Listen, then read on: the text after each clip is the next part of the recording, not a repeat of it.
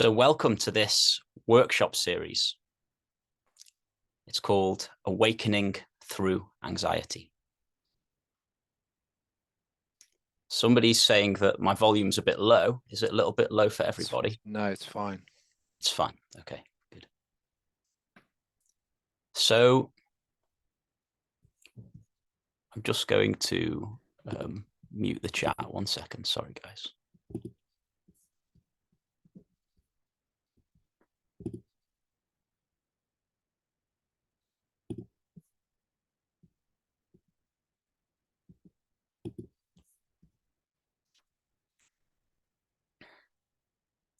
So yes, welcome to this workshop series called Awakening Through Anxiety. With myself, my name's Chris. I'm a meditation teacher, anxiety coach with a deep interest in spiritual awakening. And I've also experienced a lot of anxiety in my life, And my journey of awakening, my journey of healing has predominantly been through anxiety, through the doorway of anxiety, because there's an incredible gift within anxiety. And this is what we're going to share today.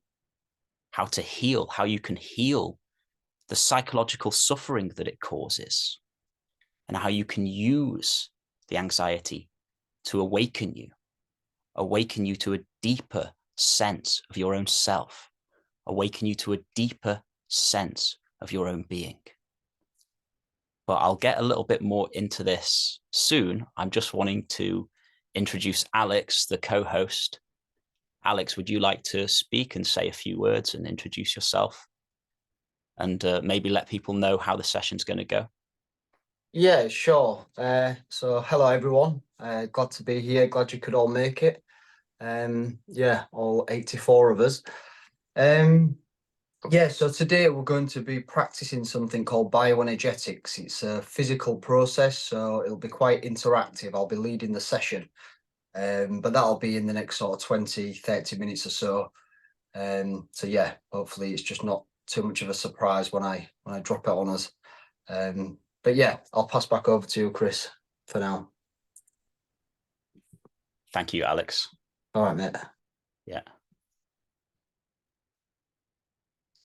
So Alex and I work together. We combine two different approaches to healing anxiety. One is a physical movement practice called bioenergetics, which Alex will explain, and he's going to run you through an exercise later, as he says.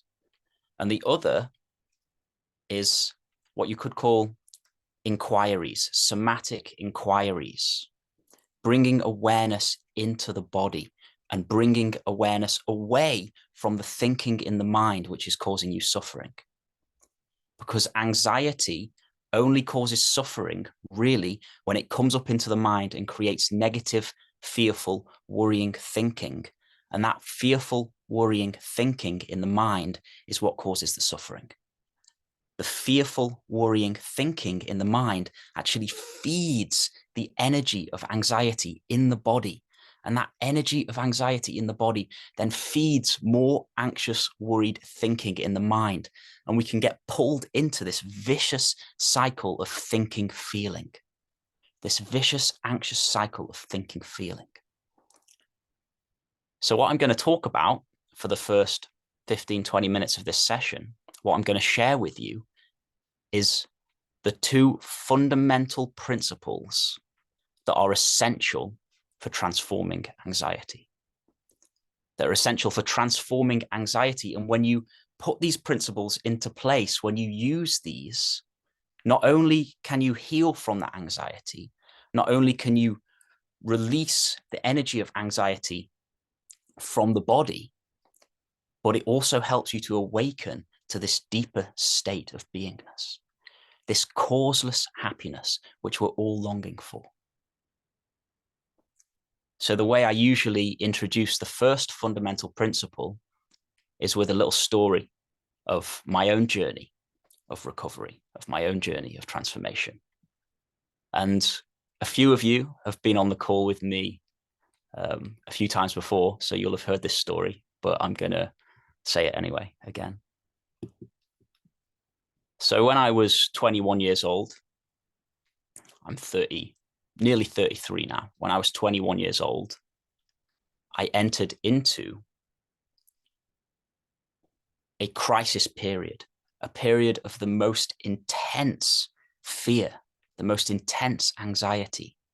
Almost overnight, I went into this state of panic, fear every day, constant panic attacks, constantly thinking something terrible is going to happen to me. I didn't know what it was, but my mind would come up with all these ideas. Something terrible is going to happen. I can't relax. I can't be happy. I'd lost touch with the sense of joy and natural peace within my own heart. I stopped sleeping. I could barely sleep. I could barely get to sleep. And I was in this sort of hell world of anxiety and panic and really distressing thoughts for many years. And I tried everything. I was trying everything I could to overcome it, using psychological therapies and self-help books and whatever I could find, diet, anything I could try and find to overcome it. But it didn't really work. I got a little bit better. But the general sense of terror that I had inside, because that's what it was still there. Until one day I learned about this process called inner bonding or inner child work. And I read this little book, and it told me to speak to my anxiety, to speak to my feelings as if it's a child, as if it's a child inside of me. So I was like, hey, that sounds a bit weird, but okay, I'll try it. So I was trying for a few weeks to connect with my feelings and treat my feelings like it was a child, and I couldn't really connect with it. It didn't really work. It didn't seem to be working until one day I was watching X Factor with my family, and I started to have this panic attack. This had happened many times in my life. Panic coming up, coming into thinking, I'm going to lose my mind. Something terrible is going to happen. And in this moment, when I saw myself going into my mind, going into this fearful thinking in the mind,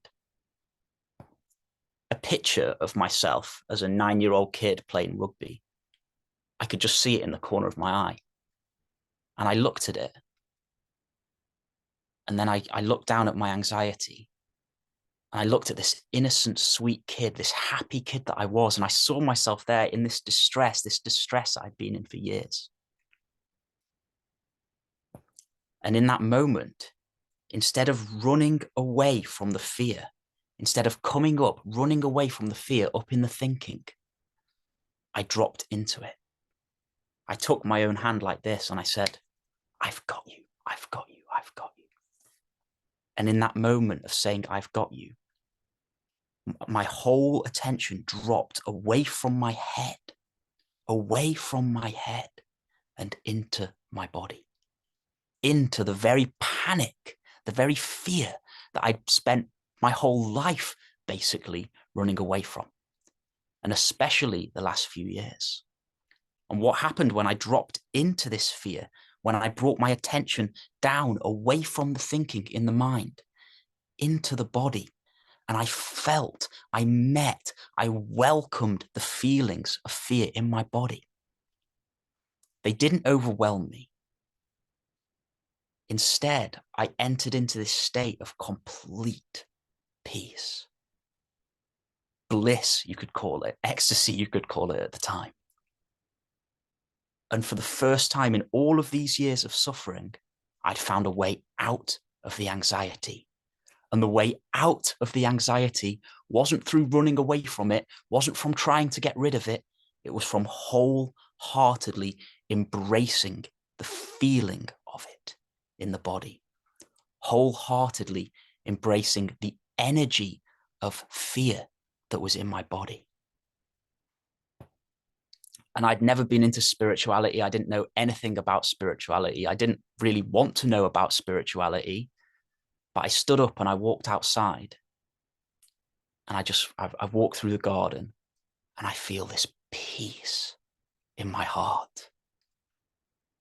this sense of being at home within my heart, this sense of goodness in my heart, this feeling of being safe, because I'd spent so many years not feeling safe, and the anxiety sufferer doesn't feel safe. It's horrible to live in a way where you don't feel safe when there's no danger around. This is the funny thing. If there was physical danger around, we should be experiencing anxiety because it's that anxiety that wants to get us away.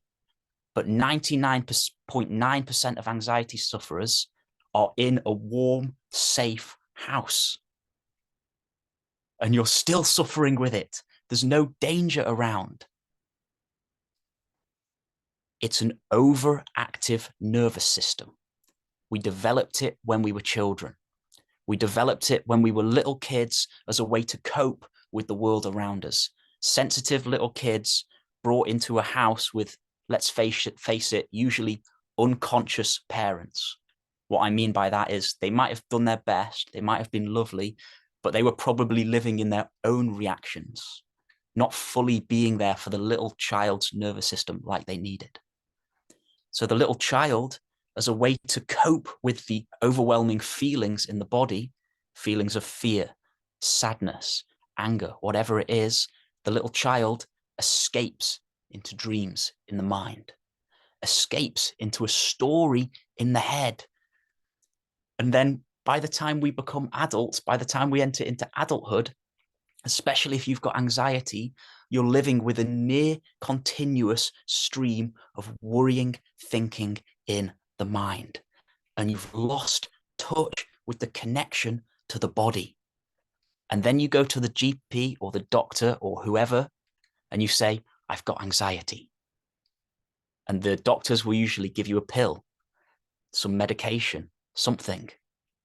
But the reason for the anxiety is because of that initial escape from the body when you were a kid of attention up into thinking. It was safer as a child. It felt nicer as a child to be in thinking than it did in the overwhelming feeling. And now, as an adult struggling with anxiety, your doorway to freedom, your way to freedom isn't in the mind. You won't find freedom from anxiety in the mind. It's through directing yourself back into your body, bringing attention back into the body, holding, soothing, being there for, loving all the feelings that when you were a child were too much for you to feel, but now as an adult you can feel, and you have to bring these feelings home. It's the only way you will heal, really. You must bring these feelings home. You must welcome them into your heart. I say this often.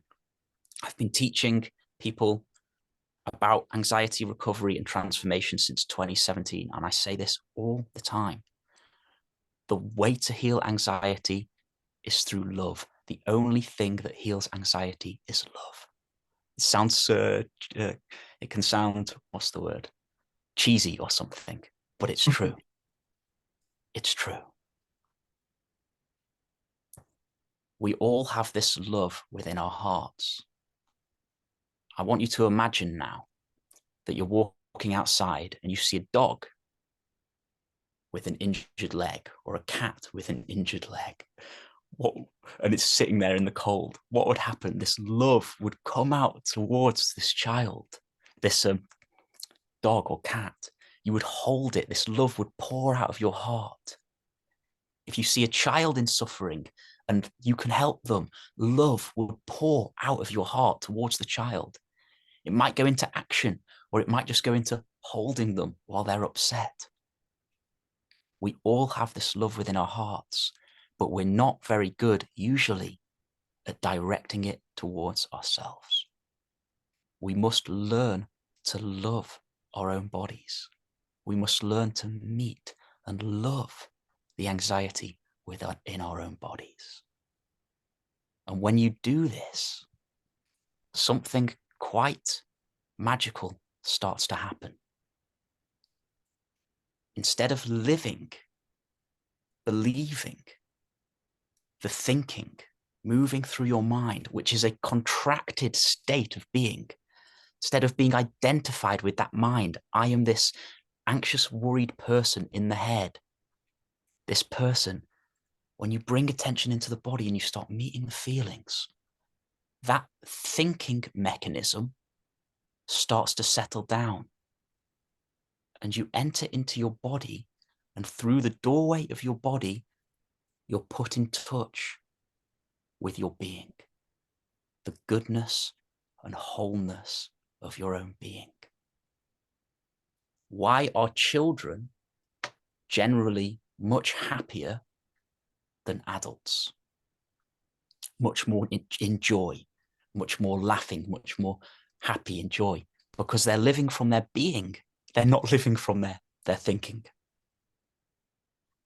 They're living from their being generally. The smaller the child, the more they're living from their being, and the happier and more radiant they seem. Well, we as adults haven't lost our being. You can never lose your being. You can never lose it. It can be covered. And for the anxiety sufferer, it can be covered greatly. And the greatest loss that can occur in this life is the loss of connection to being. Like, you never lose it, but you lose the connection to it. And when you start to get back in touch with it, you fall in love with it, and it flowers. And you can be walking through the woods or just sitting on a chair, and you feel the goodness of being. And you feel at home and safe. You feel held by life. You feel held by the world. And this is why I say, if you're suffering from anxiety, there are no mistakes. And to a certain extent, you are lucky.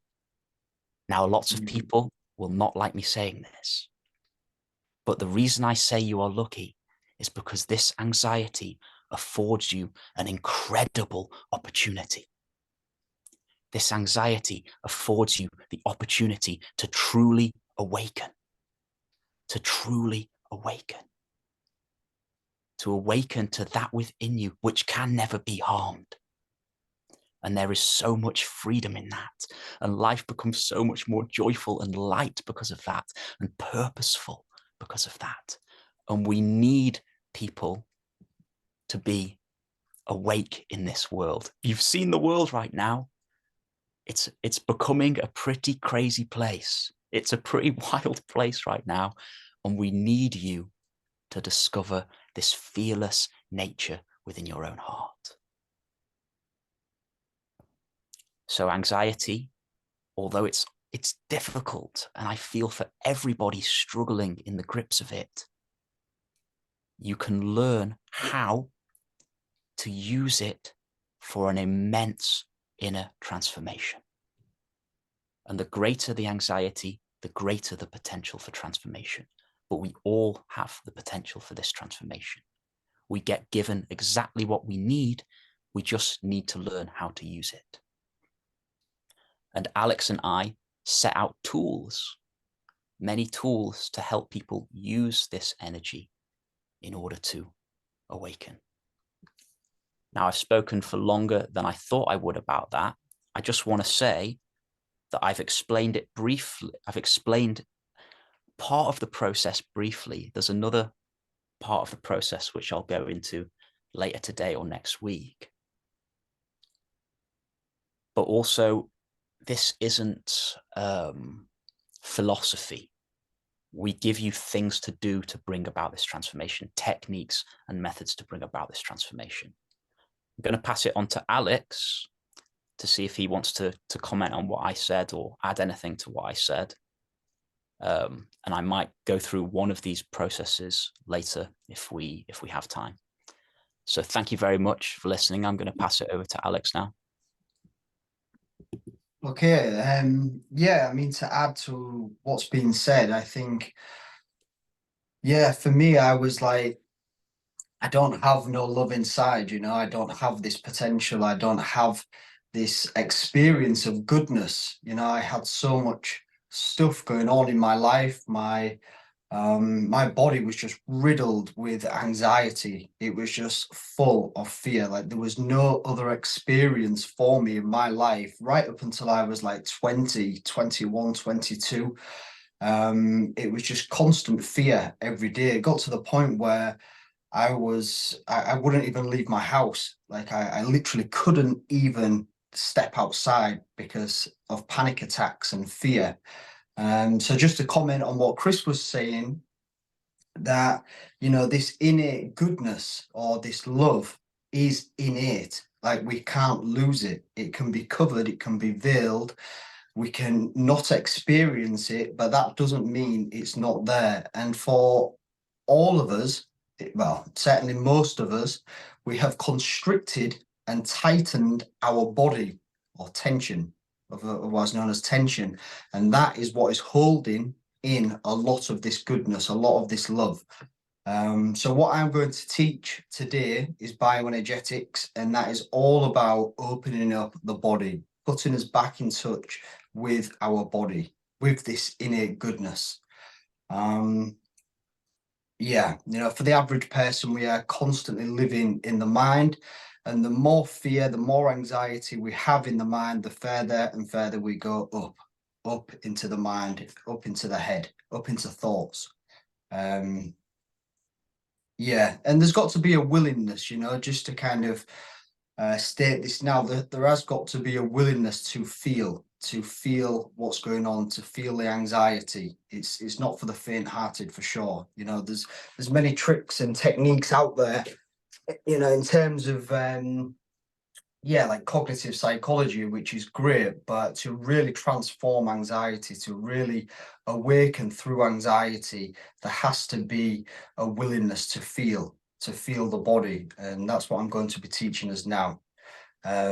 So yes, Chris, did you want to say, I know you had something else you wanted to maybe touch on. I'm not in a rush to go into the workout if you did want to comment on that. Yeah, I will.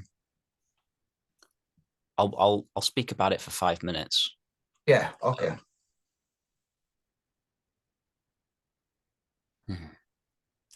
It's hard to explain all of this in a short workshop. There's so much that I want to share because I'm so passionate about freedom. And Alex is too. We're very passionate about freedom. It's all we want for ourselves and for others is freedom.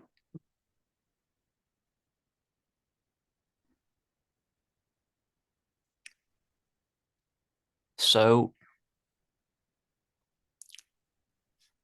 I'm going to save what I was going to say until the end of the workshop or next week.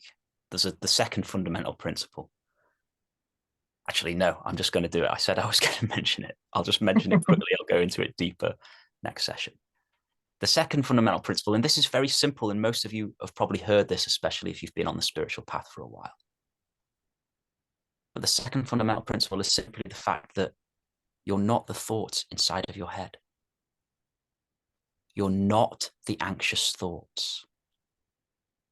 The anxiety sufferer has anxious thoughts in the head, and the anxiety sufferer become so close to these anxious thoughts that whether they realize it or not, they're taking themselves to be those thoughts. And what we must learn to do is, instead of taking ourselves to be those thoughts, is we come to see those thoughts.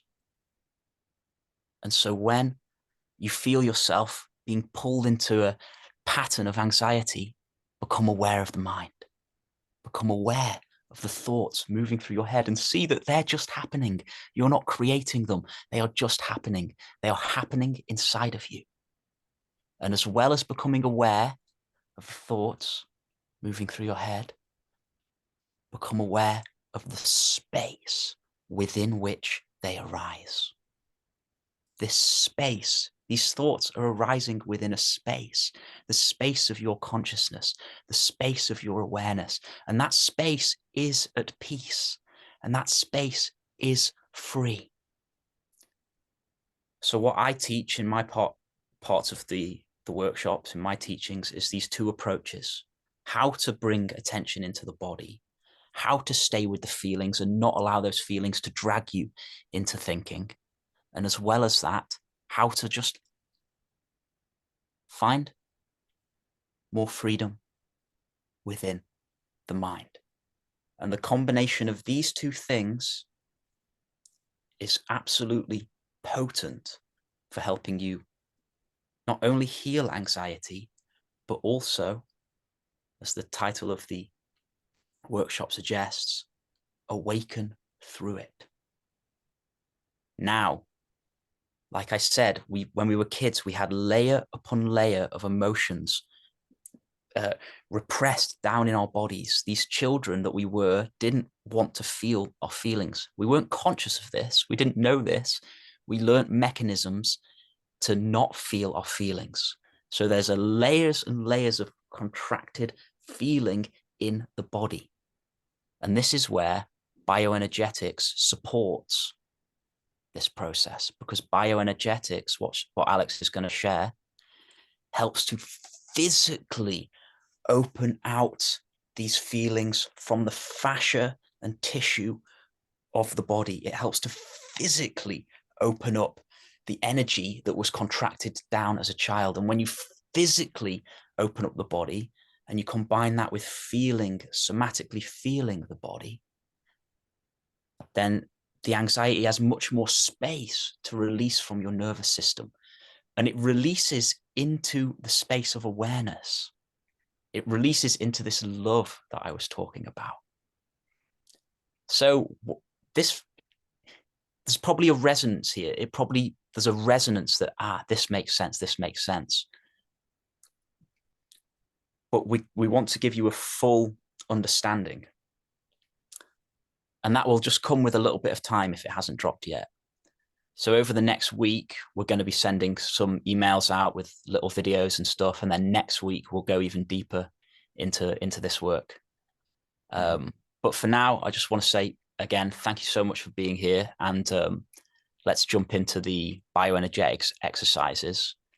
They're very powerful. They seem simple in ways, but really, I'd suggest that you go for it for this 20 minutes and you'll feel the effects after. Okay, thank you. Cheers, Chris.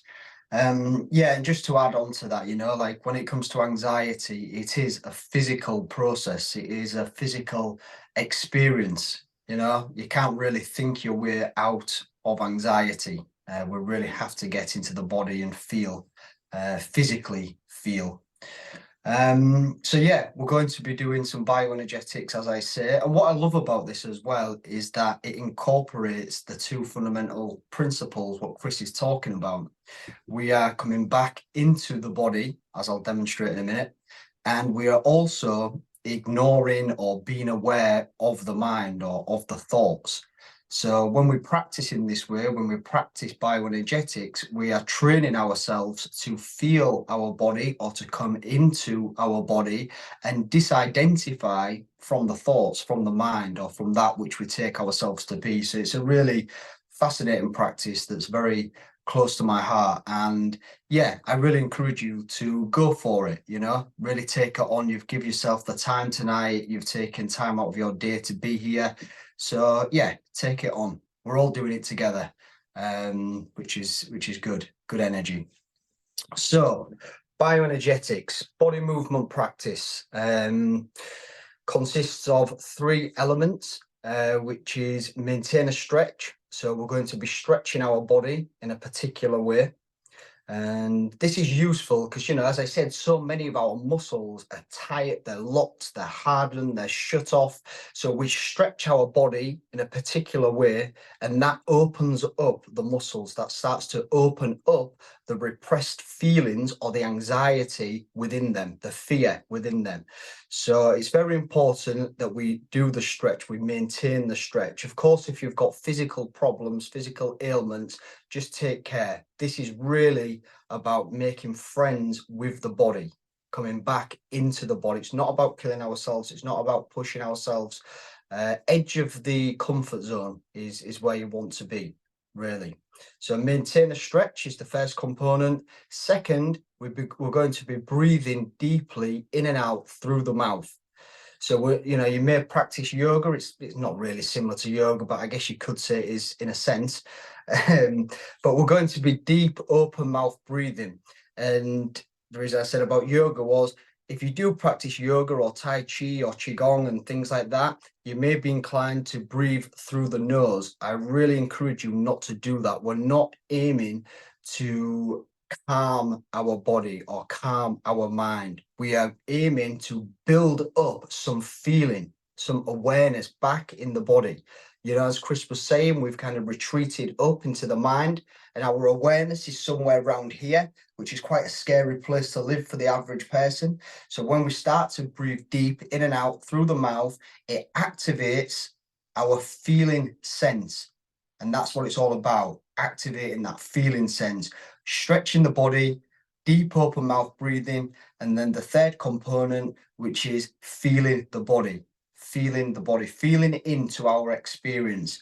Now, I often say that all of these components are as equally important, but if I had to pick one, I'd say feeling the body. Feeling the body is the most important, and it's kind of the one that gets neglected. You know, we can push ourselves, we can stretch, we can breathe deep, but we can also space out somewhere. So really having that intention, just for the 20 minutes or so we're going to be doing it, having that intention to stay present in the body, feeling the body, feeling the body. Give your body the gift of feeling. You know, the way the mind loves to think, the body loves to feel. The body loves to feel like that's kind of that's loving itself, you know, like that's a form of self-love, really, in a very deep way. It's very nourishing. It's very nourishing and very healing. So feel the body. So I'm going to demonstrate the postures. I also want to say, I know there's a few of you on this call that have done this workout with me before, but treat it like it's the first time you're doing it. It's really,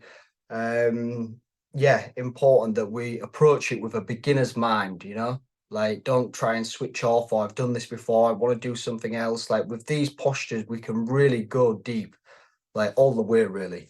So I'm going to demonstrate the postures. If you just give me a moment, I'm going to get set up and change the camera angles.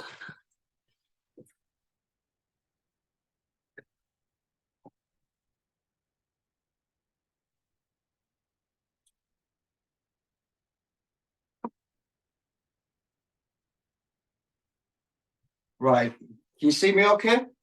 Give me a thumbs up. Yeah? Good. Okay, so what we're doing. So we've got 1, 2, 6. We're going to be doing 6 postures. Bow and arch posture, classic postures, cornerstone postures of bioenergetics, really great for opening up the entire body. It gets into just about every muscle in the body. So I'll demonstrate that, and then we're going to go into a shoulder sequence, which is great for breaking up the tension in the shoulder area, the chest, the throat, the back of the neck. You know, like this part of the body is so tight and tense for the average person, particularly the anxiety sufferer, the person that experiences anxiety. This part here is just like locked shut because the awareness is trapped up here. You know, we've kind of tried to shut our experience off, and we do that by tensing. Anyway, I'll demonstrate the postures. First one is the bow posture. I'm going to bring my feet a bit more than shoulder width apart.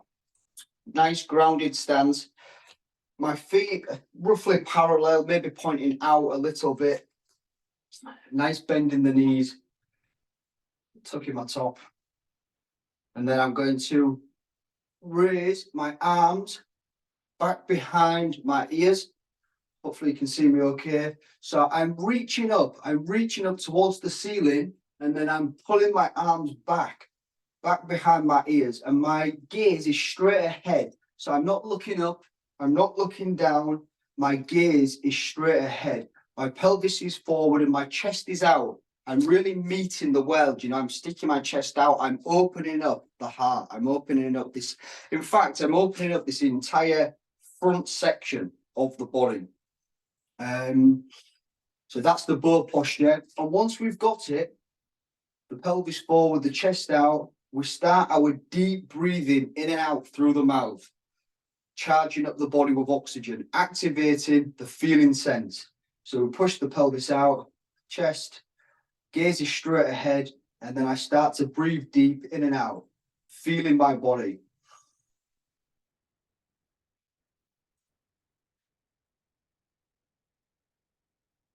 I don't know if you can hear me on the camera, but my breath is slightly audible. So on that out breath, I'm not making a sound as such, but it's kind of almost like you're getting in a nice hot bath, you know, you're just really letting go with that exhale. It can often help us stay present in the body. So experiment with that. So first posture is the bow. The ding will go. We'll bring our feet slightly closer together, maybe 10 inches apart, a bit less, 8 inches. Keeping that bend in the knees. We're going to let our head get heavy, leading the way. And we're going to fall forward. Well, not literally fall, but hang forward. And once we're down here, we'll have a shake out with the arms, yes, no with the head. And I'm going to bring the weight slightly forward into the balls of my feet. So it's kind of roughly 60-40 in favor of the balls of the feet. And once I'm down in this posture, nice and loose, once I'm down in this posture, I start my deep breathing process. And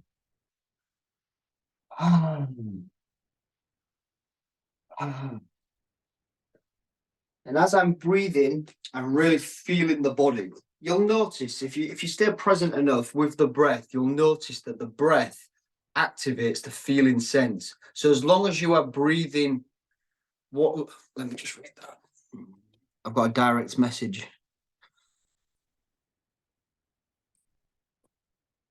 Can you show the breathing closely? Yeah, that's fine.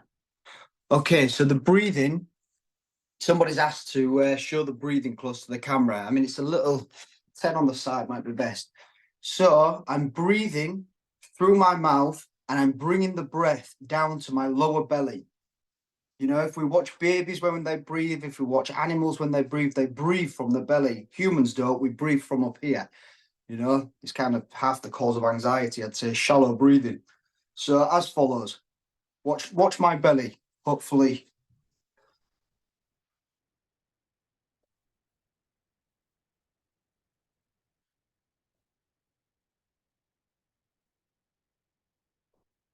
So it's circular breathing, it's continuous. Hopefully that made sense, yeah?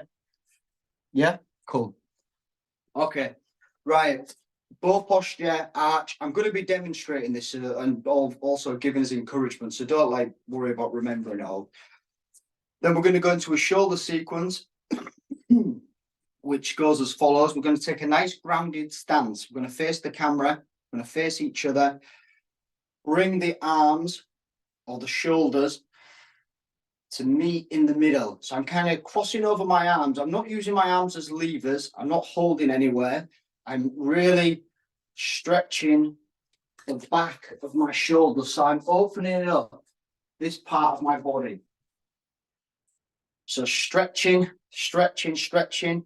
I mean, obviously it's a bit difficult to tell on the camera, but the pressure I've got on my shoulders is quite firm. You know, I'm really bringing the shoulders. I say, have the intention for the shoulders to meet in the middle. Physiologically, it's not possible, of course, but have that in mind. Really bringing the shoulders together, opening up the shoulder blades. The counter stretch is as follows. So I turn around for this.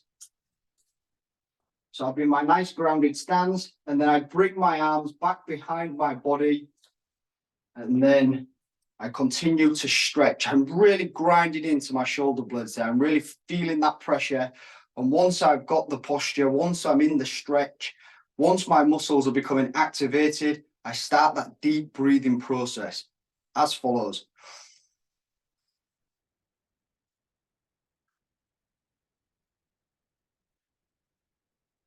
And it's really important that we're feeling the body. Really important. Third stretch. So we've got 1, 2, third stretch is shoulder raises, bringing the shoulders up nice and high.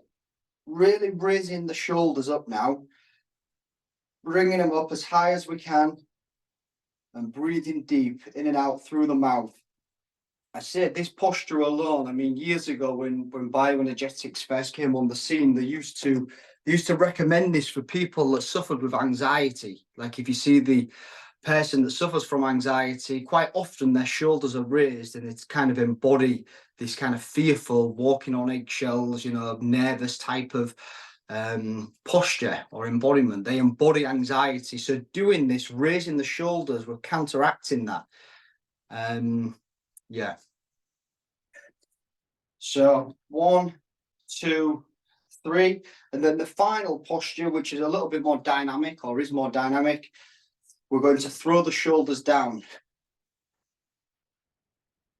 So we've activated the shoulders with our first 3, and then we're going to throw them down. And as I throw them down, I'm going to make a low grunt-like sound. Hopefully you can hear me. So the shoulders come up, shoulders up.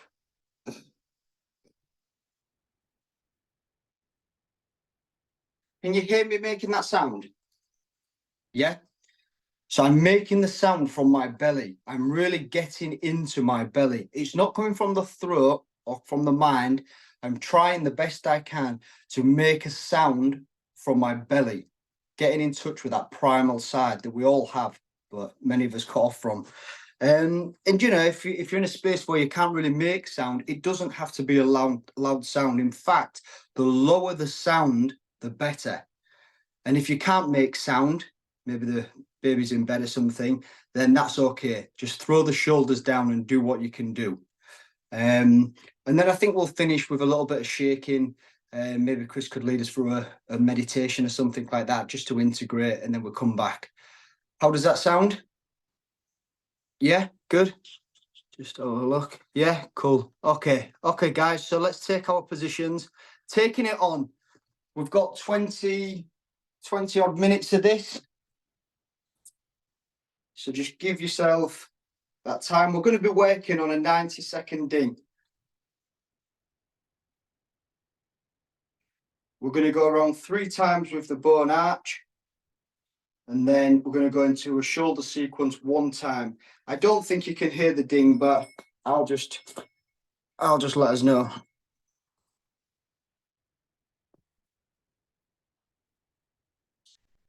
Okay, guys. The timer is on. We are ready. Let's do it. So feet a bit more than shoulder width apart. Bringing those arms up, back behind the ears, pushing that pelvis forward, not to the point where we're going to, you know, do any damage to ourselves, just a steady pushing of the pelvis. The chest is out. So it's quite a proud posture. It's saying, yes, I want to feel. I want to open up my heart, and I'm willing to be present to what comes up. And once we've got the posture, let's begin deep belly breathing. So basically breathing through the mouth, down into the belly, feeling the body. We can do it.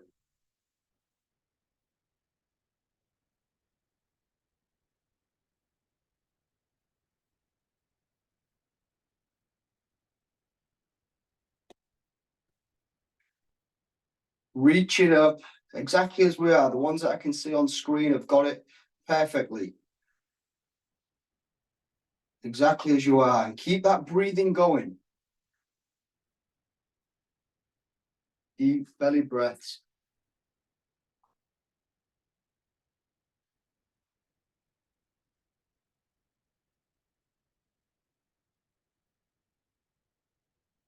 Okay, there's the ding. Now let's slowly bring the arms down, staying present, bringing the feet a bit closer together, and let's start to fall forward slowly into the arch posture. So once we're down in the arch, let's have a little shake out with the arms, nice and loose, the wrists, the arms, the head, the neck. Just letting go, and bring that weight slightly forward. slightly forward into the balls of the feet, and keeping a bend in the legs. So we're not locked straight, but the legs are straight, but just not locked. And once we've got it, let's start that process. Breathing into the belly, opening up the back part of the body. We can do it. Let's take it on. Taking ourselves on.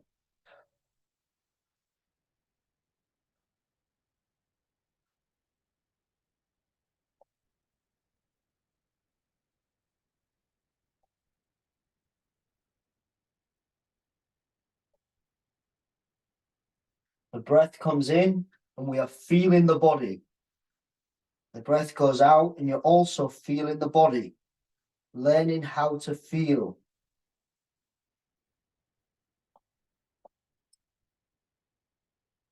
There's the ding. Let's slowly come back up, and the head is the last thing to come up, the last part of the body.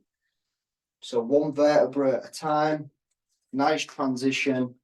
We go again. Bow posture. We can do it.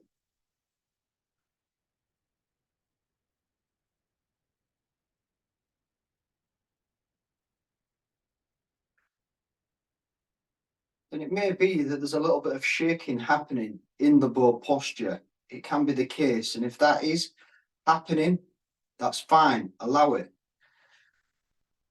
It's a process of release, shaking. When the body can spontaneously shake, it means it's letting go. Some of those holding patterns that have held in our anxiety are now being freed, now being released, now being let go of. We can do it.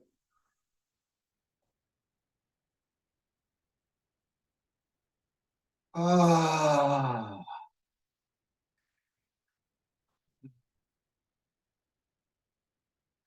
Making that breath audible, feeling the body.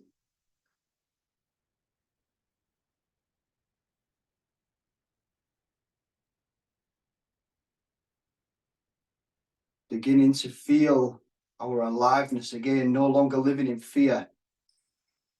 We're saying, yes, I want to feel. Yes, I want to be alive. Okay, there's the ding. Slowly, slowly, slowly bringing those arms down. Let's transition into our arch posture. Doing good, guys. Let's stick with it. We can do it.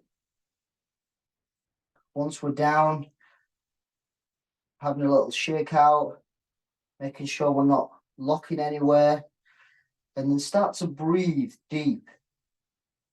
Feel the legs, feel the belly, feel the back, feel the shoulders, feel everywhere.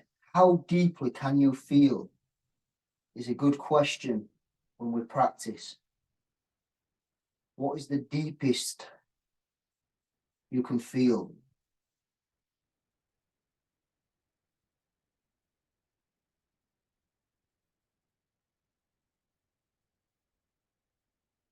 Ah. That sound on the out breath, learning not to hold anything in. Giving some expression to our anxiety, our poor anxiety that we just try to keep in place. We try to keep it out of sight.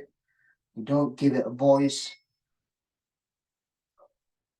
Okay, let's slowly come back up for the third and final rep of the bow and arch, opening up their muscles now.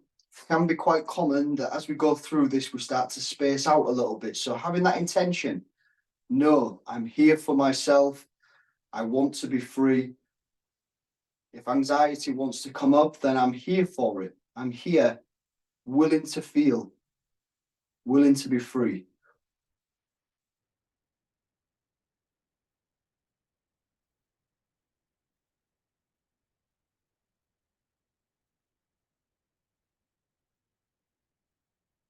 Gaze is straight ahead, arms up, back behind the ears, proud chest, pelvis forward. Yes, I want to feel. I'm sticking with it. I'm using my breath to facilitate the process.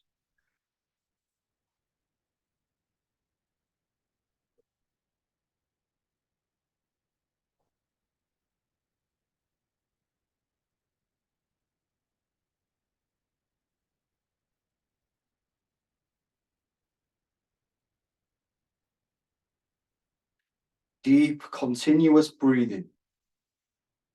We're doing great. There's the ding. Transition for the final time into the arch.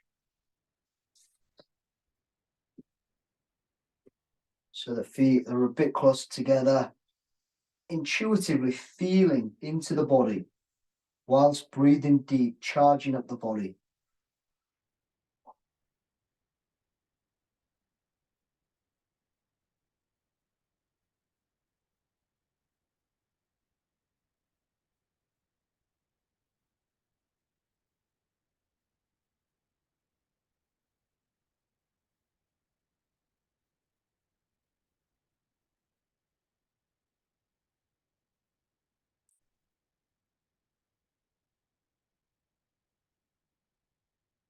Staying present, staying with it.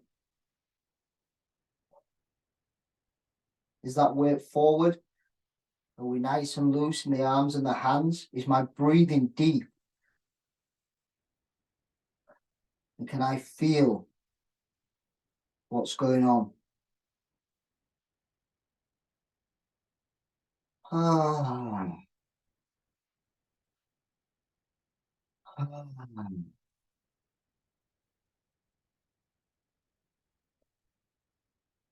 If there's tingling, hot, cold sensations, breathe towards it. Breathe towards that. Okay, there's the ding. Let's slowly come back up, getting ready to transition into our shoulder sequence. So hopefully you can see I've got a wider stance now. My stance is wider. Bringing the shoulders, my arms forward, but the shoulders, the movement is in the shoulders more than the arms and the hands. So I'm really bringing my shoulders together. I'm stretching the entire back part of my body, the upper part of my body. So I'm squeezing, squeezing, squeezing, bringing the shoulders closer and closer together. We can do it. We've got 90 seconds on the clock. Well, less than that now, but sticking with it, breathing.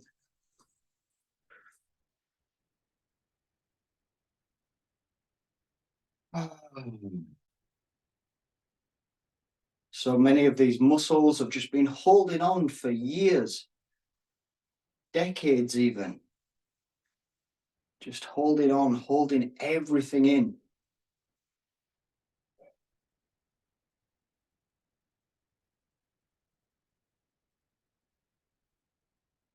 As I said, if you've done this before with me, don't space out. I've been doing this practice for a lot of years and I still practice this sequence. I still practice the bone arch. Never be too proud to do this sequence. Okay, that was the ding.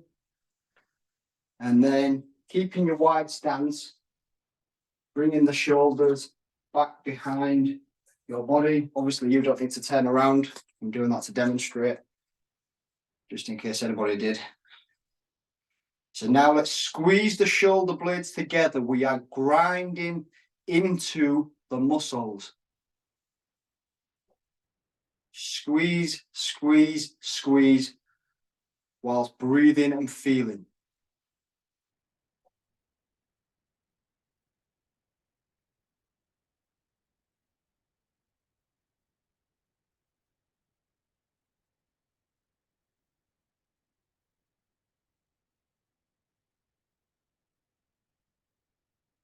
If you do notice that you've stopped breathing in this way, just check it out. It's usually a sign. It's usually a sign that we're going deeper. The mind itself is just full of defense strategies and resistance and protesting tracks. And when we stop breathing, we allow the mind to become activated. So as long as we are breathing deeply, we are often feeling deeply. And it's in the feeling where the healing happens. There's an age-old saying in therapy that feeling is healing. Okay, that was the ding. Have a little shake out if we feel to. Doing good. Let's go into shoulder raises, taking it on. So I'm not bringing my arms up. The movement is in the shoulders. The knees are bent. I'm nice and grounded. I'm solid. I'm immovable. I'm staying present, and we can do it. Breathe and feel.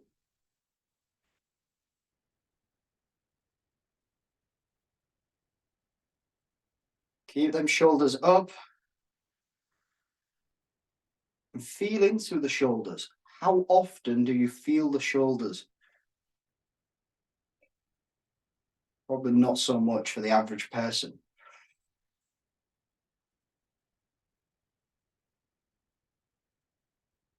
Ah.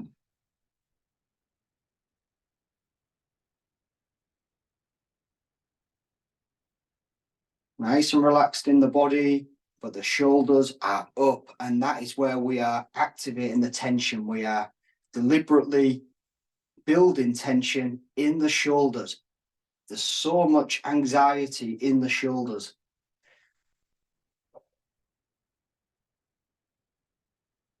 And with our awareness, we are just exploring the shoulders. Okay, that's the ding. Let's release the shoulders just before we go into our final sequence, our final movement, which is now I'm going to bring the shoulders up and throw the shoulders down. Bring the shoulders up and throw them down. And we call this the teenager release because we're kind of embodying a pissed off teenager that's had enough. You know, we're tired of being anxious. We've had enough of being in fear. So just embody it.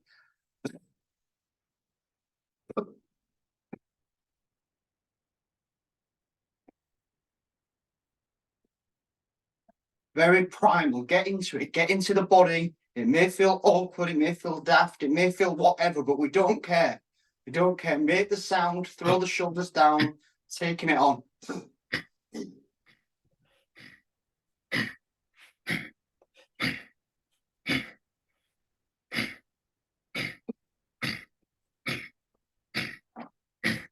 Ugly face. Make that face ugly. Stick the jaw out.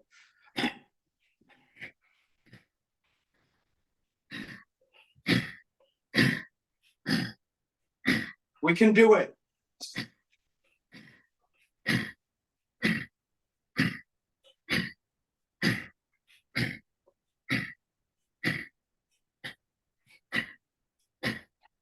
Okay. Well done. Let's bring that to an end. Let's have a shake out. Staying present though, because we are going to do some shaking. Let's close our eyes and go inside if you feel stable enough to do so. And I just want you to feel your body now. You can breathe however you'd like. I mean, I'm putting my hand on my belly, which feels quite intuitive to do so. You don't have to do that, but if it feels natural, then do it. And feel the body. Does it feel any different? Does it feel any different? Maybe not. Maybe nothing happened at all. We're not looking for some big experience or anything in particular to happen. We're simply just trying to make friends with our body, this dumping ground. So now I'm just going to start to begin a little shake coming up from my legs. So I'm not swinging side to side. My shake is vertical. So it's coming up from my legs into my belly, my chest, out through my arms. And let's really start to shake. I invite you to put your hands out in front of you now. So the hands, the wrists, the head, the neck, the belly, everything's nice and loose. And we can stimulate the shake a little bit more by gently pushing our pelvis forward and leaning back. But, you know, take care with this. If you can't do that, that's fine. Still breathing and feeling the body, but paying more attention to that out breath now.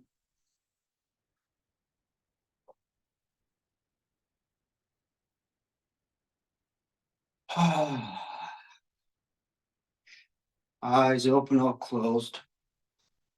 Gonna go for another minute or so. Really having a good old shake out.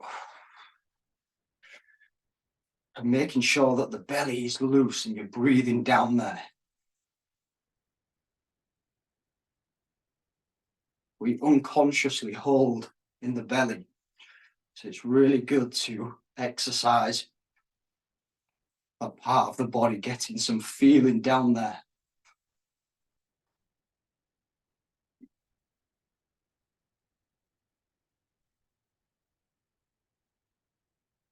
Keep shaking, keep breathing, keep feeling. It's still bioenergetics.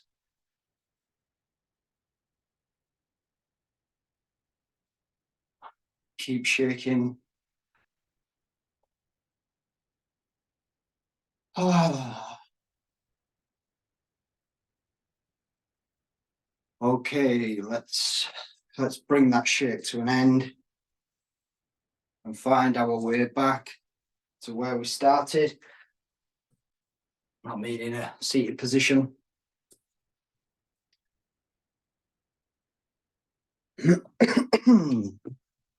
But stay present, stay connected to the body, you know, we're not in a rush to come back.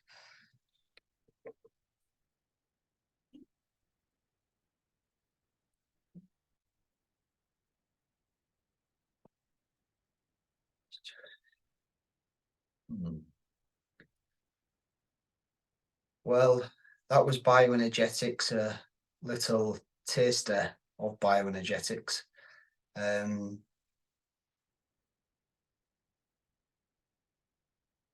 Yeah, it can be quite challenging for some, and maybe others didn't find it so challenging. It doesn't really matter too much, you know. What's important is that we have that intention to come back to the body.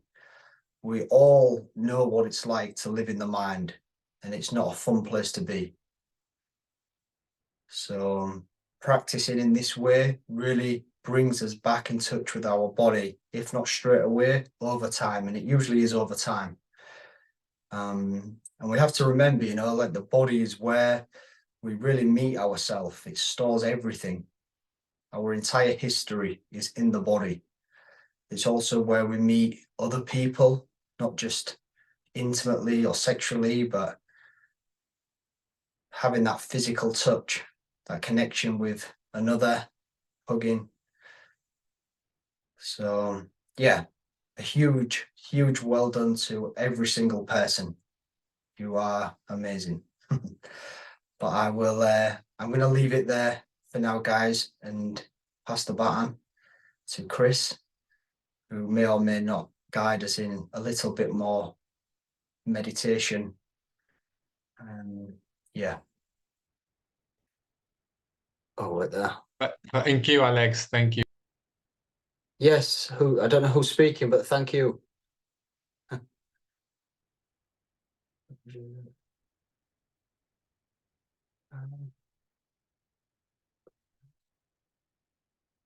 Okay, yeah, I'm just getting some comments through, but we'll leave that for now.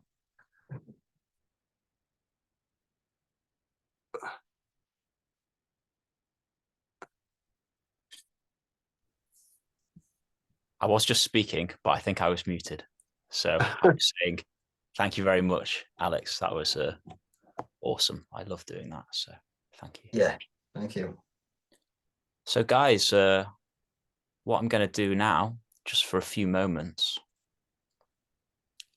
is introduce you to something which I find to be quite magical. A process which I find to be quite magical, which when combined with bioenergetics is quite profound in terms of healing anxiety. And I don't want to just give you information for your minds. I want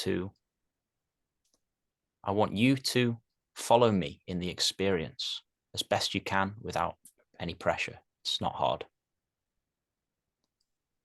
And I'm just going to guide you back into the body.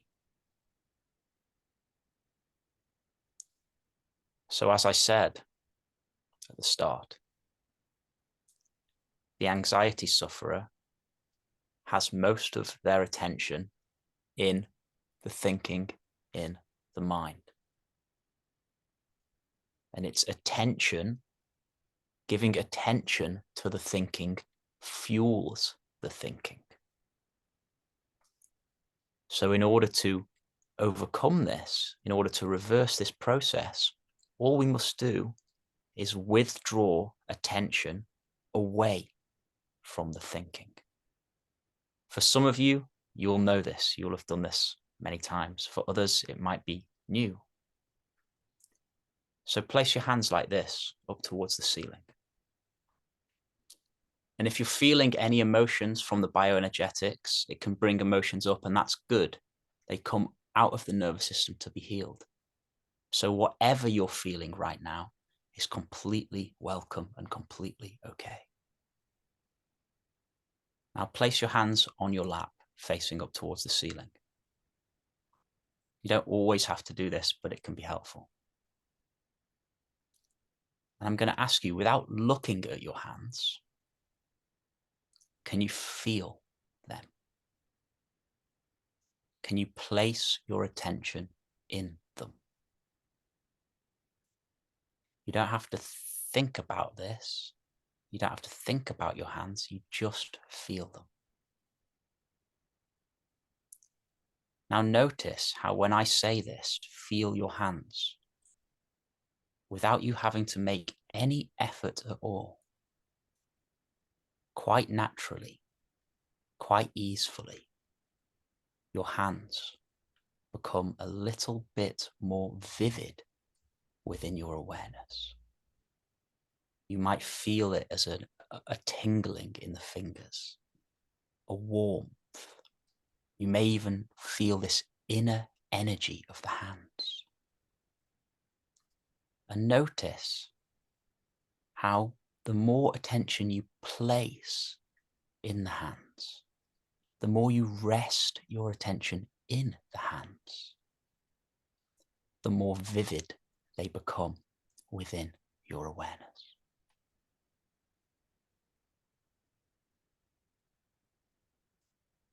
Now, what you're doing here is very simply withdrawing attention from the mind and bringing it into the body. Now, as well as feeling your hands, can you feel your feet? You may just be able to feel little bits of tingling. You don't have to feel a lot. Whatever you can feel is perfect. Legs. Maybe you feel into your legs. You don't have to feel a lot. You might not feel much. You might feel tingling or energy. Your belly. Your arms. Your hands. You're quite simply just giving attention to your body. The body loves to be felt.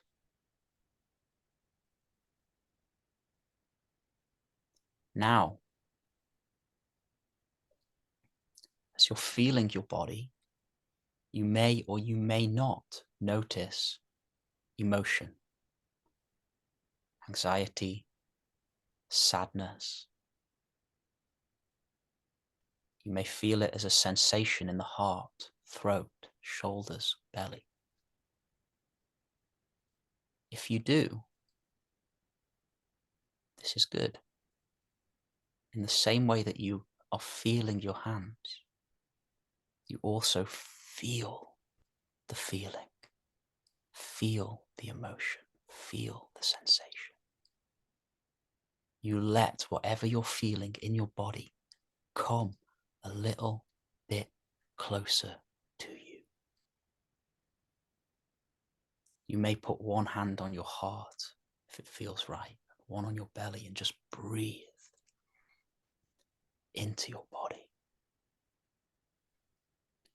Feel into your body any shakiness, any anxiety that may be there. You breathe into it. You feel it. You experience it. The mind might come up. It might try and pull you into thinking. That's okay. We don't fight with it. We just feel what's here. We feel the body. Now, when you really come into your feeling like this, whatever it is, you actually cut that vicious cycle that I spoke about at the start of the workshop of feeling, thinking. Anxiety is feeling in the body, coming into thinking, the thinking feeding the feeling feeding the thinking, and creating this loop, which we supposedly can't get out of and we need medication for. No, there's a way out. It's so simple. You bring attention back into the body. Now I want to leave you with this. It's a 3-part process, very simple. The first is what we're doing, feeling the body. The second is speech, and the third is touch. What does a child need that is feeling anxious? If an anxious, scared child comes up to a loving, open-hearted parent, the parent does 3 things. Gives the child attention, gives the child soothing touch, and speaks sweet, caring words. And we can do this to ourselves. If you're ever feeling anxious, if you're ever feeling scared, if you're ever worried, you can feel your body and you can speak to your body and you can say, it's okay. I've got you. You're safe. I love you. Or whatever words feel right for you. And you can also use touch.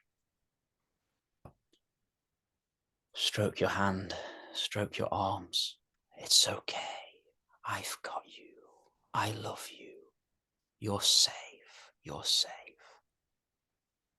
Now, it might feel a bit weird doing this at first, a bit strange doing this at first. And I felt a bit strange when I first started doing it, but it's an immensely healing thing to do. You feel the body as best you can, and you speak to the body, you speak to the anxiety. It's okay. You welcome it in. I've got you. I love you. You're safe.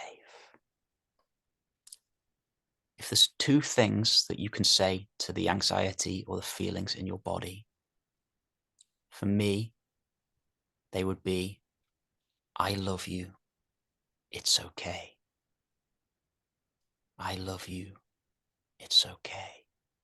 And you can speak that out loud or in your head to your body. And this is an immensely healing thing to do.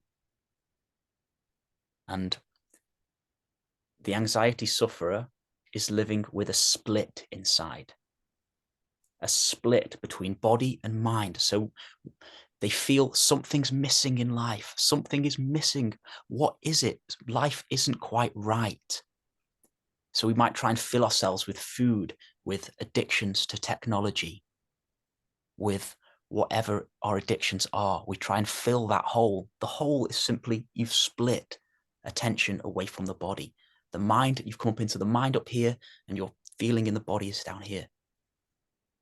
Now, in order to heal that split within, we just need to come back into the body and feel it. And then you can feel whole again, at home again, at peace again. You integrate the psyche.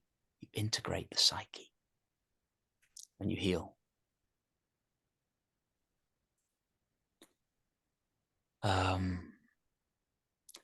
This is quite a process we've laid out in a short space of time.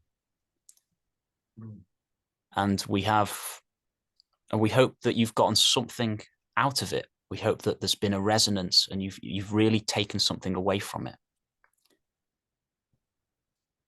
We have another session next Tuesday, and we want you to treat this week as if it's a course or a retreat or something. Take these practices. You'll get the recording tomorrow of the exercises, and practice every day and see how you get on. Learn to love yourselves, stretch the body out, do the work, do the exercises. We'll send you some more videos to help you along the way, a few videos through the week. And then we'll meet again next week. We'll go even deeper into some more practices, because there's a lot for us to share and to pass this understanding, which has taken us 10, 12 years to integrate within our own systems. We are committed to this. We are fully living this as best we can. We're not perfect, of course. We're still on this journey. But there's one thing we are, and it's incredibly dedicated, incredibly committed. And so we invite you into that. We invite you to make this the beginning of the end of your suffering. That's our invitation to you. So we're going to take questions in a moment. Please join us next week. If you would like to go deeper with this work, we want to let you know that there is an 8-week program starting on the 13th of February.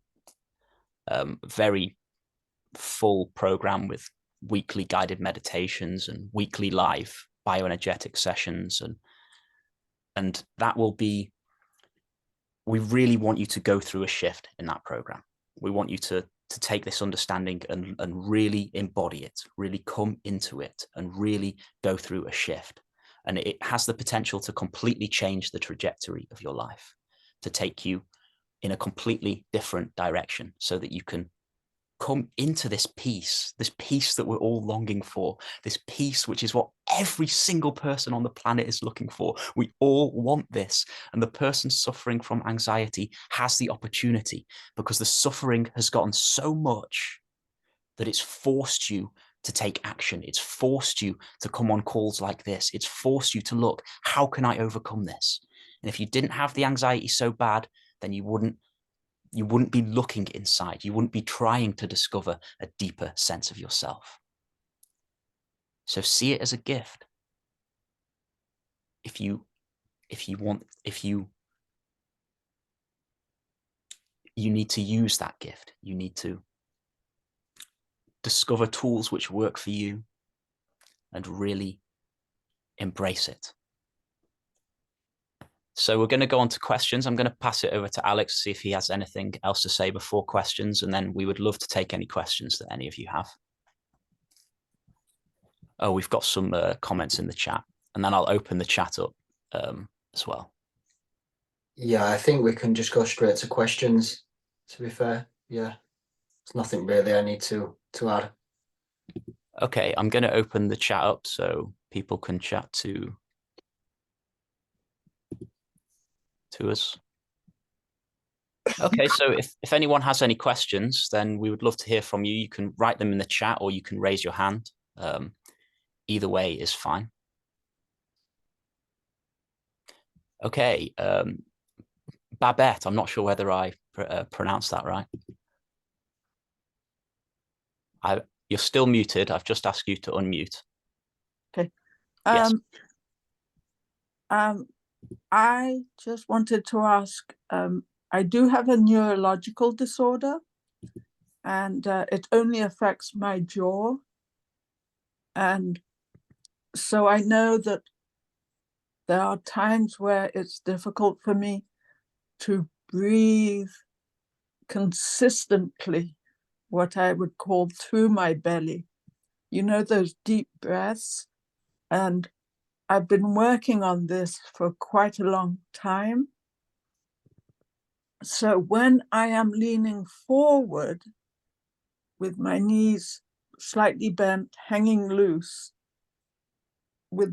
it feels like the belly is a little compressed, and it is harder to fill the belly with air to do the release. Is that what other people experience, or am I the only one? No, I think that's shared by us all. Yeah, when we lean forward, the belly is more compressed. So for sure, yeah, it's going to be more difficult to breathe, opposed to leaning back, where the belly has space to expand and contract. So yeah, I'd say it's totally normal to feel that. Thank you for that. Yeah, you're welcome. Okay, Anna, I'm going to unmute you or ask you to unmute. Yeah, hi. Hey. I have a question. After a panic attack I had a year ago, I had really bad dissociation and depersonalization. Yep. And so my question is, sometimes when it arises, it's almost like there's no feeling in the body, so it's hard to place. I don't know, what would be your advice with regards to like this very specific sort of anxiety reaction that the body has? So, first of all, I've experienced the same thing. So I just want to let you know that these symptoms will pass, because lots of people struggling with this depersonalization, derealization, the fear is that it won't pass. And it will pass. This experience will pass. It's a temporary experience that you're going through. I just always want to say that when somebody mentions this. Right, that's the scariest thought, That's the scariest thought. That's the scariest thought, and everyone has it, and I had it as well, and I haven't experienced that for years, and I was terrified about it. It's very scary, but this absolutely will pass, especially if you do the work. If you do this work, it will pass. So don't worry about that. The experience of depersonalization is temporary. It will pass. But yeah, I would say start with, in terms of feeling, don't push yourself too hard. Don't use too much willpower to really try to feel, but instead just sit in a chair and practice this week. Allow attention to go into the fingers, to go into the hands. And you can try it now and just notice that tiny little bit of tingling that might be in the hands. And you just place attention in that. And you just start there. And just enjoy feeling that little bit of tingling in the hands. And that's all you need to start with. That's all you need. That's a doorway into the body. And you can stay with that. And with time, and through the day, emotions will come, fear will come, things will come, and you won't be as dissociated, and you will be able to feel. So when you can feel come into the body. And also, yes. Oh, sorry, yeah. No, I just wanted to ask, like, so when I'm experiencing dissociation itself, I'm not supposed to like lean into that specific state, even though it's like an anxiety-based state and we should lean into our anxiety. Should I lean into that sort of state because it doesn't feel very productive? I would actually practice trying to make it more intense. See if you can. The thing is, the state comes up, the depersonalization, it comes up when there's a panic attack at first. It's triggered by almost everyone by intense panic. It comes up and it's a horrible experience. I've lost my sense of reality. I've lost this sense of my normal sense of self. I'm in this sort of cloudy place. And then we think, what if this doesn't go away? And we resist it. And whatever you resist persists. So if you're saying no to it, it'll stay. So try. There's no golden ticket with this. It's just something you have to try lots of different things and see what works. And it's a gradual process. But see what happens if you do go into it. Play with going into it more. I bet it won't get more intense. The opposite might happen. Okay, thank you so much. Yeah. Thank you. Thank you for your question. Thank you. Oh, Alex, did you want to add something? I saw. Yeah, if it's okay, I'm just going to Yeah. comment on that. Yeah, because I've also experienced that very strongly, and yeah, there's nothing worse. But yeah, when it becomes really intense, rather than, and I guess Chris, you were saying, kind of breathe into it, expand it, allow it to get big, which yeah, is certainly useful, but also just completely stopping what you're doing. So not trying to create anything, not trying to do anything in particular with the experience, just bearing witness to what is happening.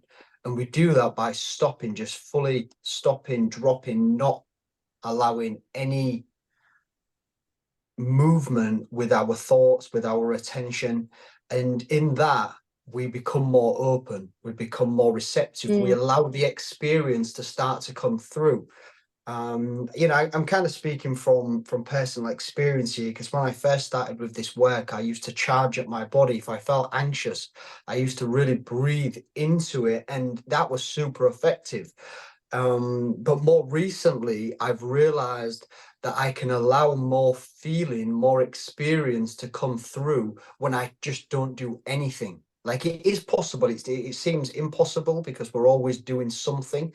Like, even if I'm just sat here, you know, my mind's thinking or I'm feeling something, but just check it in with that place inside of you that is just completely still, completely at peace. And we're not looking for peace, and we're not looking for stillness.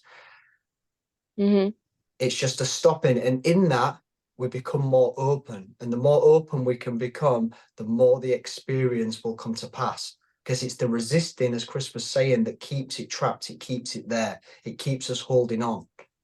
So hopefully that made sense. But Yeah, keeping as definitely. yeah, I think in the experience, the resisting is there's a sense of resisting going crazy, like you're scared that you're gonna go crazy, and that's what you're trying to stop in that moment. But I guess it never really happens and always comes back anyway. It always comes back, and what you've got to remember here is we are getting to know ourselves in a deeper way.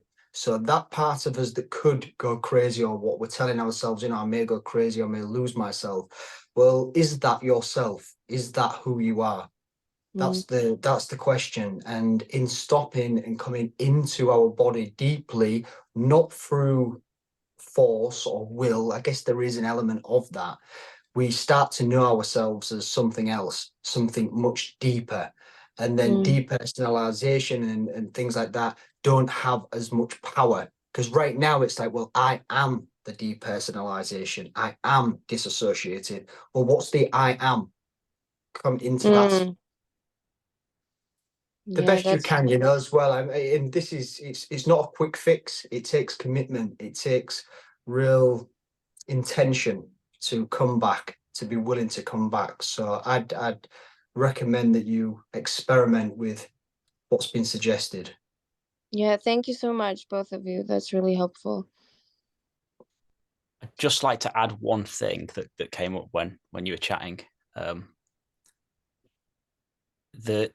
This talking to parts of yourself, the part within you that, and everyone can relate this to their own experience, but the part within you that thinks something's gone wrong, that thinks you're not okay, that thinks you're going to go crazy, the one inside that's scared and thinks something's gone really wrong, if you can just really see that one and just speak to it and just say to that one, it's okay.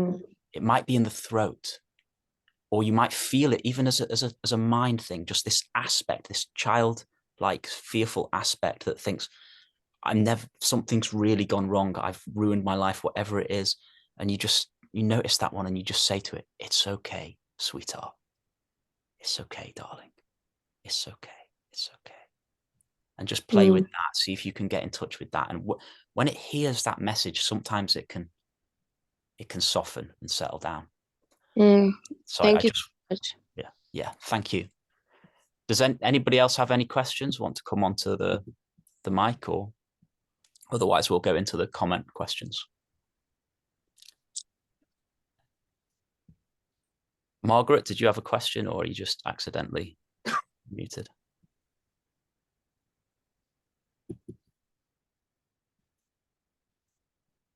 Okay, so we'll go into the comment questions, and if anybody wants to raise their hand at any point, you can. We won't go on as too much longer, but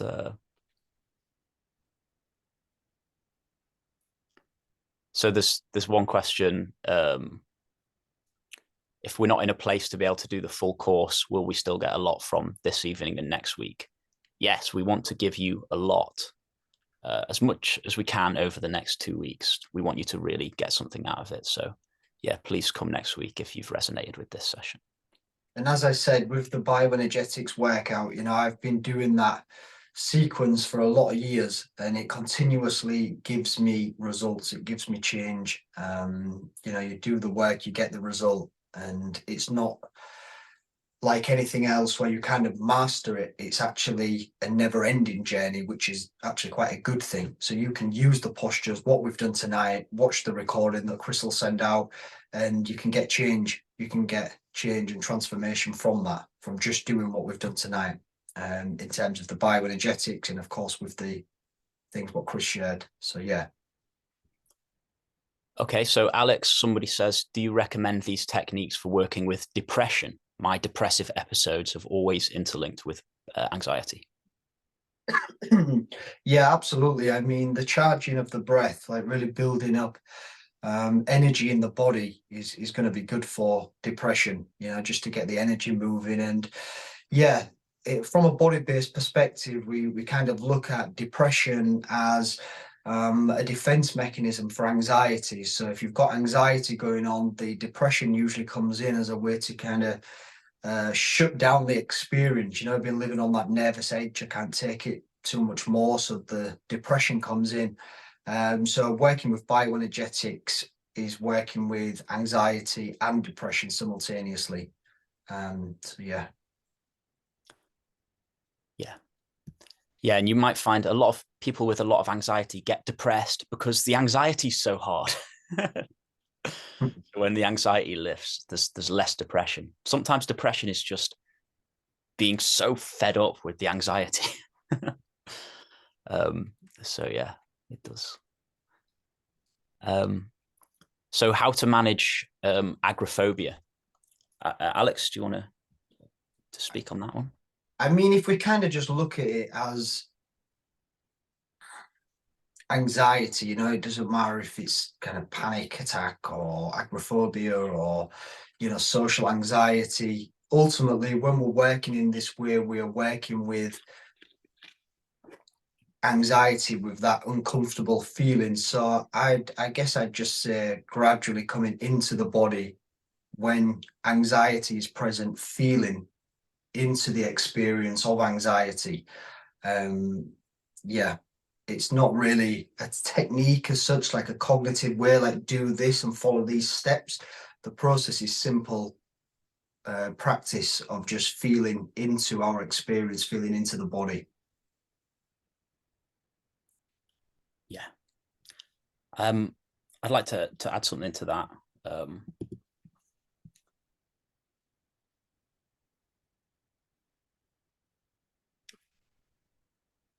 So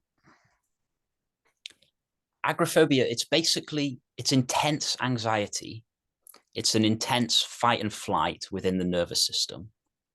When you have very intense anxiety, when this vagus nerve is very activated, I don't want to throw too many words at you, but when the fight and flight is very activated and the nervous system is in this fight and flight, the smallest things which won't affect other people can really affect you, And it's like just the thought of going outside and being around people and getting on a bus or being in a shop can be overwhelming. So it's about, like Alex was saying, feeling the body, and it's about slowly bringing the nervous system, slowly increasing your capacity to hold feeling, and slowly bringing the nervous system more and more out of that fight and flight activation and more into a rested state, and teaching the nervous system while you're in your home what it's like to be in a rested state. And also practicing this work and knowing that you're going to have to take that first step out of the front door. Knowing that if you stay within the comfort zone, the very tightly constricted comfort zone that feels safe, if you really just stay within that, then you will never overcome it. There has to be an element of stepping out of the comfort zone, of taking that first walk just down the street and back, and slowly increasing the comfort zone when you feel able to do that. And the practices that we're teaching will make you able to start increasing the comfort zone. One day you'll make it to the bus stop and back. The next day you'll make it on the bus down to town and back, slowly increasing until you're on a flight over to Africa or something. It'll be a slow process. So do the work, the bioenergetics, the trauma healing, whatever you need to do, and combine it with stepping out your comfort zone. And I'll say one more thing, which I never usually talk about. When you're lying in bed at night, the last thing you do before you fall asleep, imagine yourself how you want to be. Really imagine, what would it be like to be walking through the park? What would it be like to be at a concert? What would it be like? Don't go for things that are going to cause you loads of anxiety. Go for things gradually that won't cause you as much, and really imagine the feeling of what it's like to be out, the feeling of what it's like to be living your life, to be sharing your gifts, and feel that feeling in your heart. You can leave the imagination and you stay with the feeling and fall asleep with that feeling. And if you find it challenging to do that, if you can think back at some happy childhood memories where you were out playing whatever, and you really feel into those memories and feel, what does that feel like in your body, and fall asleep in those memories, and do that every single night, because it's the conscious mind which gives messages to the subconscious mind, which creates outer reality. So when you use your conscious mind to give messages of, and the feelings of I'm free, the feelings of freedom, the feelings that you want to experience into your subconscious mind, then that will start manifesting in life through whatever means, the right healing, the right practices. You'll just find a way. So I don't know, I never usually say that, but it just felt right to drop that in. Yeah.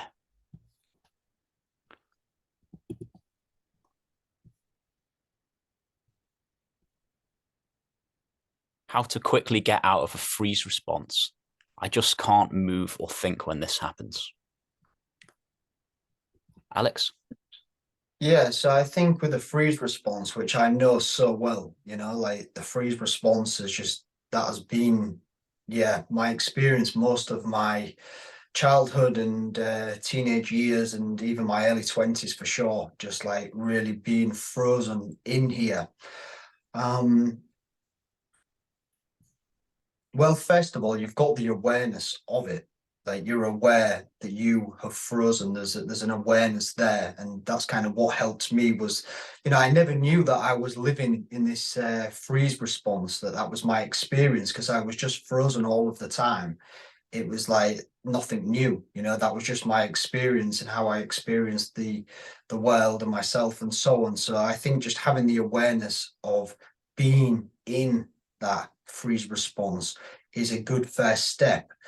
But what I teach more now is coming to know the sense of the body, coming more into that place inside which isn't frozen. Because in many ways, the freeze response, it feels very like immovable, like, that I'm stuck here.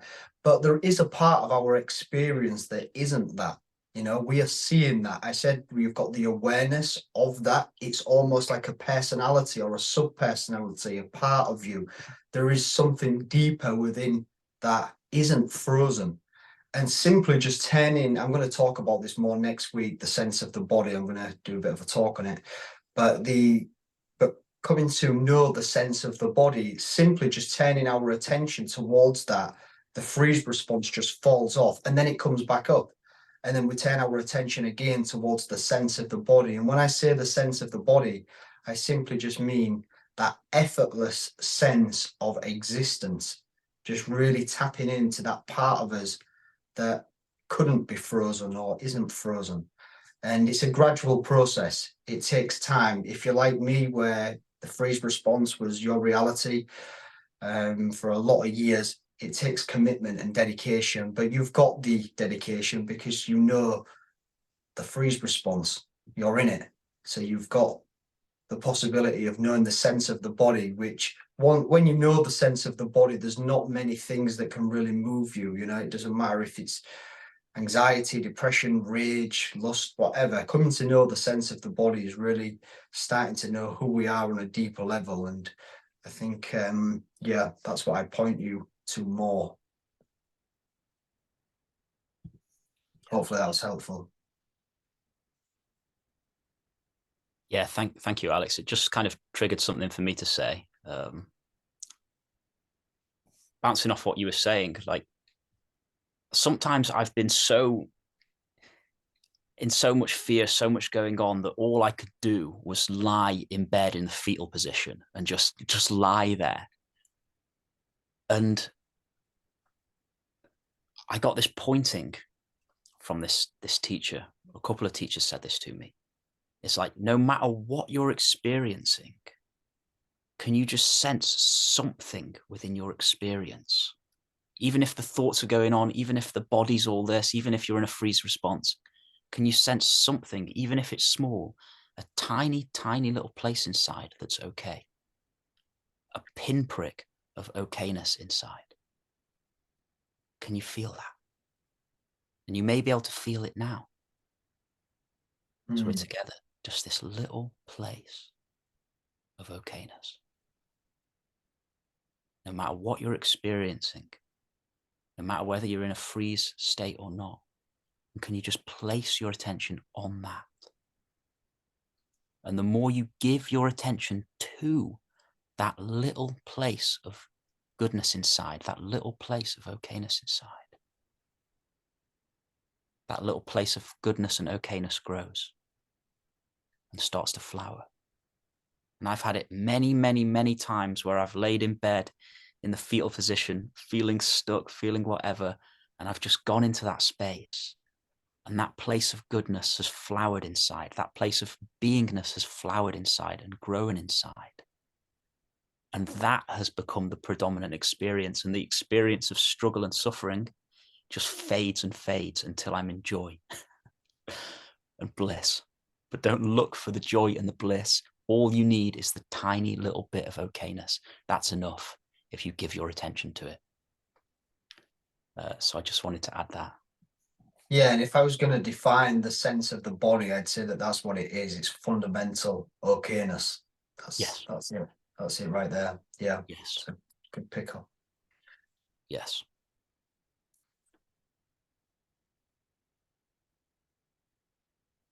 Karen says, what is throat clearing anxiety? My partner does it a lot. That's what Karen said. I didn't say my partner does it a lot. But throat clearing. Well, anxiety, often we clamp down in the throat. Holding in the throat, you're not being authentic to your experience. The little child is authentic to their experience. When they're anxious, they cry and they scream. When they don't like someone, they tell them when they walk away. Whereas as adults, we pretend a lot. We pretend a lot. We hold our emotions in, we hold them down in our throat. And so part of this process of healing is opening that throat. And there's also methods to open the throat, expression, whatever. There's ways that we can open the throat. So yeah, I'll just share that. Alex, do you want to comment, mate? Yeah, so is the question how to clear the throat? Just remind me of the question. The question is, what is throat clearing? And then it says ... anxiety ? Yeah, I mean, there's many bioenergetic exercises that is throat clearing, you know, we really kind of open up the throat, open up the belly, just doing that, what we was doing at the end and making the grunt-like sound is really great for opening up this central channel, this channel that runs from the belly up to the throat. Yeah, things like that. Okay, so I'm feeling there's more questions, but I'm feeling maybe it's a good time to bring it to an end. And you can email us questions and also bring them next week. So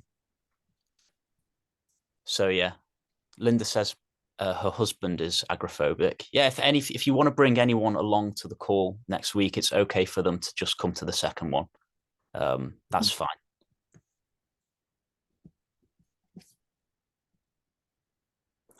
Yeah, so thank you so much, everyone. Alex, did you want to end with anything or?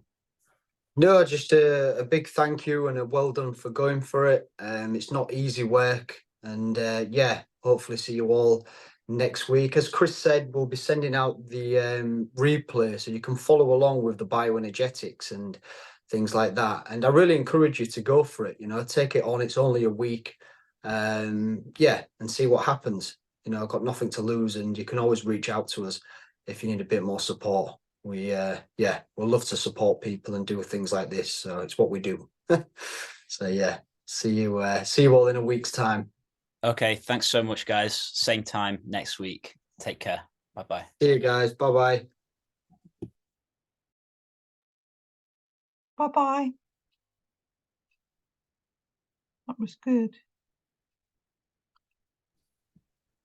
Very good. Thanks, Jane. Yeah, see you later. Thank you. Bye-bye. Thank you. Bye-bye.